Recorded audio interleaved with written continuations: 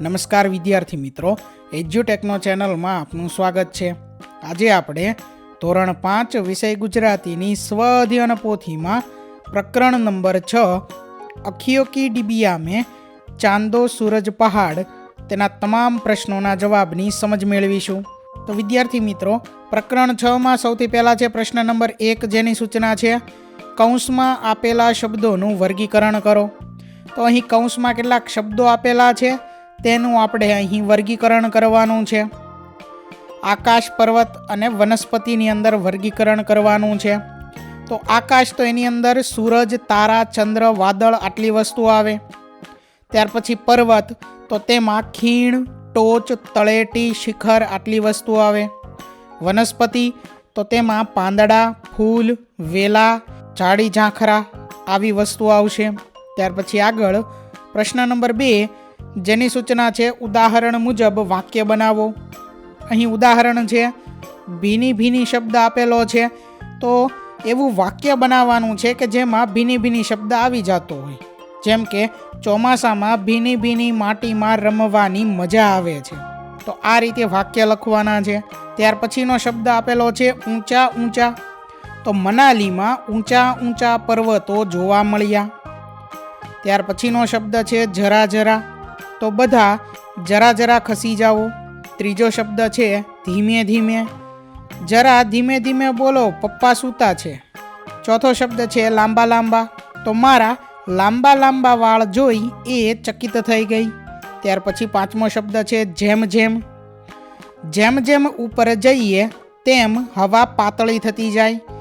ત્યાર પછીનો શબ્દ છે વધી વધીને, તો વધી વધીને અમે 4 લોકો આવીશું। વિદ્યાર્થી મિત્રો, અહીં તમે જાતે પણ વાક્ય બનાવીને લખી શકો છો। ત્યાર પછી આગળ છે પ્રશ્ન નંબર 3, જેની સૂચના છે કૌંસમાં આપેલા શબ્દોમાંથી યોગ્ય શબ્દ પસંદ કરી ખાલી જગ્યા પૂરો। તો અહીં કૌંસમાં 2 શબ્દો આપેલા છે, તે શબ્દમાંથી યોગ્ય શબ્દ આપણે પસંદ કરવાનો છે, ખાલી જગ્યામાં લખવાનો છે અને આપણે અહીં વિધાન પૂર્ણ કરવાનું છે। પહેલું, ખાલી જગ્યા મને તો આજે ખબર પડી। તો કૌંસમાં 2 શબ્દ છે અર અને ઓ, તો એમાંથી જવાબ આવશે અર, એટલે કે અર મને તો આજ ખબર પડી। ત્યાર પછી બીજું, અરે વાહ તું તો ખૂબ હોશિયાર છે। ત્યાર પછી ત્રીજું વિધાન, ઓહ આ શું થઈ ગયું। ચોથું, આહા શી રમણીય વનરાજી। ત્યાર પછી આગળ પ્રશ્ન નંબર 4, જેની સૂચના છે રેખાંકિત શબ્દની જગ્યાએ વાર્તામાં આપેલ સમાન અર્થ ધરાવતા શબ્દો મૂકી ફકરો ફરીથી લખો।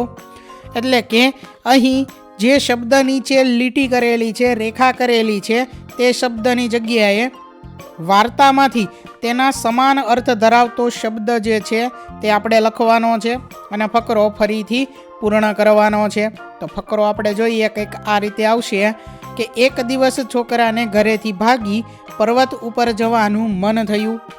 છોકરો રોજ ચંદ્રને જોયા કરતો। ચંદ્ર રોજ શા માટે દૂરના પર્વત ઉપર જતો હશે એનું એ છોકરાને કૌતુક થયા કરતું। પહાડ ઉપર એણે ઘણા પ્રાણીઓના પગેરા જોયા। તે જે જોવા અને જાણવા અહીં આવ્યો હતો એ કંઈ અહીં નહોતું। છોકરાને એનો રંજ થયો। ત્યાર પછી આગળ પ્રશ્ન નંબર 5, જેની સૂચના છે અ વિભાગની પંક્તિઓને બ વિભાગ સાથે યોગ્ય જોડ બનાવી લખો। એટલે કે અહીં જોડકા જોડવાના છે। વિભાગ અ અને વિભાગ બ બંને વિભાગની અંદર અધૂરી પંક્તિઓ આપેલી છે। અ વિભાગની પંક્તિને આપણે અહીં બ વિભાગની પંક્તિ સાથે જોડવાની છે અને ત્યાર પછી અહીં લખવાની છે નીચે। તો પહેલું તો આવશે સપના રે સપના, એની સાથે જોડવાનું આવશે હે કોઈ અપના। આ રીતે આગળ બીજી પંક્તિ બનશે પીલે પીલે કેસરી હે ગાવ, ગીલી ગીલી ચાંદની કી છાવ। ત્યાર પછી અખિયો કી ડિબિયા ભર દે રે નીંદિયા। ત્યાર પછી ભૂરે ભૂરે બાદલો કે ભાલુ, લોરિયા સુનાએ લારાલુ। ત્યાર પછી હવે આગળ જોઈએ પ્રશ્ન નંબર 6, જેની સૂચના છે પ્રશ્નોના જવાબ લખો। જેમાં પહેલો પ્રશ્ન છે છોકરો ચંદ્રના વધવા અને ઘટવા પાછળ શું માને છે। તો જવાબમાં આપણે લખી શકીએ કે ચંદ્ર રાજી હોય ત્યારે વધતો હશે અને ગમગીન હોય ત્યારે ઘટતો હશે એમ છોકરો માને છે। બીજો પ્રશ્ન, ચંદ્રનું મોં ક્યારે વધતું અને ક્યારે નાનું થતું। તો તો ચંદ્રનું મોં દરરોજ રાત્રે જરા જરા વધતું અને વધી વધીને મોટું ગોળ મટોળ થતું, પછી પાછું ધીમે ધીમે નાનું થઈ જતું. ત્યાર પછી આગળ પ્રશ્ન નંબર 3, ચંદ્ર, તારા અને છોકરાના સંવાદથી કોને હસવું આવી જતું? તો ચંદ્ર, તારા અને છોકરાના સંવાદથી વાદળોને ખડખડાટ હસવું આવી જતું. ત્યાર પછી આગળ ચોથો પ્રશ્ન છે, છોકરાને ઘરેથી ભાગી ક્યાં જવું હતું? શા માટે? તો જવાબ છે કે છોકરાને ઘરેથી ભાગી પર્વત પર જવું હતું, જેથી તેને અંબરનું સઘળું રહસ્ય સમજાઈ જાય. ત્યાર પછી આગળ પ્રશ્ન નંબર 5, ટોચ ઉપર જઈને છોકરાએ શું જોયું? તો ટોચ ઉપર થોડાક જણ એક તાપણાની આસપાસ બેઠા હતા. આજુબાજુ પોતાના ઘર જેવા નાનકડા ઘર હતા અને ઘરની બારીઓમાં પોતાના જેવા નાનકડા છોકરા હતા. ત્યાર પછી આગળ પ્રશ્ન નંબર 7, જેની સૂચના છે, પાઠ્યપુસ્તકના પાના નંબર 93 પર આપેલ ફકરાનું સુંદર અક્ષરોમાં અનુલેખન લખો. એટલે કે પાઠ્યપુસ્તકના પેજ નંબર 93 ઉપર જે ફકરો આપેલો છે તે ફકરાને અહીં સારા અક્ષરે લખવાનો છે. આખરે ટોચ આવી. ટોચ ઉપર થોડાક જણ એક તાપણાની આસપાસ બેઠા હતા. આજુબાજુ પોતાના ઘર જેવા નાનકડા ઘર હતા. ઘરની બારીઓમાં પોતાના જેવા નાનકડા છોકરા હતા. છોકરાને લાગ્યું કે પર્વતની ટોચ ઉપરથી નાનકડા છોકરા ચંદ્રને તળેટી તરફથી આવતો જોતા હશે અને પોતાની જેમ તળેટીએ જઈને ચંદ્રને ભેટો કરવાના વિચાર કરતા હશે. ત્યાર પછી આગળ પ્રશ્ન નંબર 8, જેની સૂચના છે કે તમને કઈ કઈ બાબતોનું અચરજ થાય છે? 5 બાબતો લખો. તો વિદ્યાર્થી મિત્રો, તમને અહીં જે બાબતોમાં અચરજ પામતા હો તમે તે બાબતો તમારે અહીં લખવાની છે. 5 બાબતો વિશે તમારે લખવાનું છે.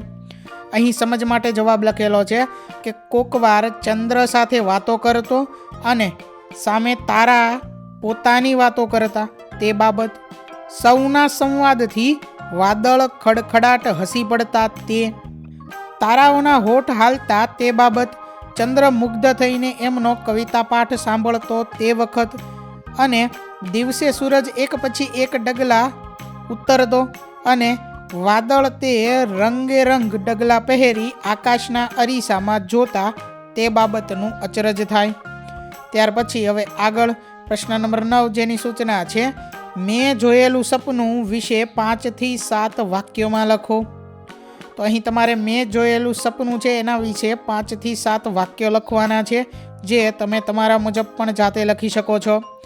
અહીં જવાબ લખેલો છે કે એક દિવસ રાત્રે મને એક ખૂબ જ અજબ ગજબનું સપનું આવ્યું. મેં જોયું કે હું મારા મિત્રો સાથે એક સુંદર બગીચામાં રમતો હતો. ત્યાં રંગબેરંગી ફૂલ ખીલ્યા હતા. અચાનક એક નાની પરીએ આવી મને કહ્યું, ચાલ હું તને જાદુઈ દુનિયા બતાવું. પરીનો હાથ પકડીને એક ઝગમગતી દુનિયામાં પહોંચી ગયો.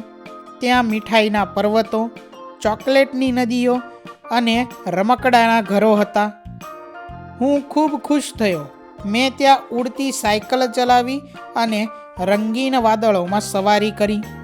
બધું બહુ મજાનું લાગતું હતું.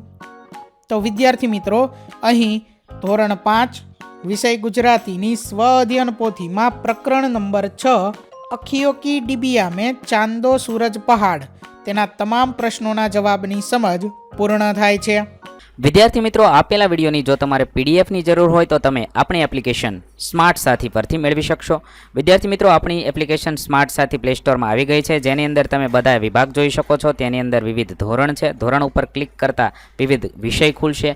વિષય ઉપર ક્લિક કરતાં તેની અંદર આવતા પાઠ ખુલશે. તેની અંદરથી તમે પાઠ્યપુસ્તક પણ ડાઉનલોડ કરી શકો છો.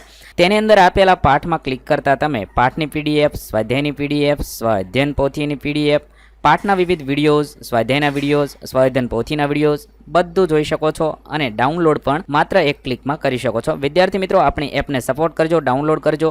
થેન્ક યુ દોસ્તો. એજ્યુકટેકનો ચેનલ તરફથી વિડીયો નિહાળવા બદલ આપનો આભાર. આવા બીજા વિડીયોઝ નિહાળવા માટે અમારી યુટ્યુબ ચેનલ એજ્યુકટેકનો અત્યારે જ સબસ્ક્રાઇબ કરો. આભાર દોસ્તો.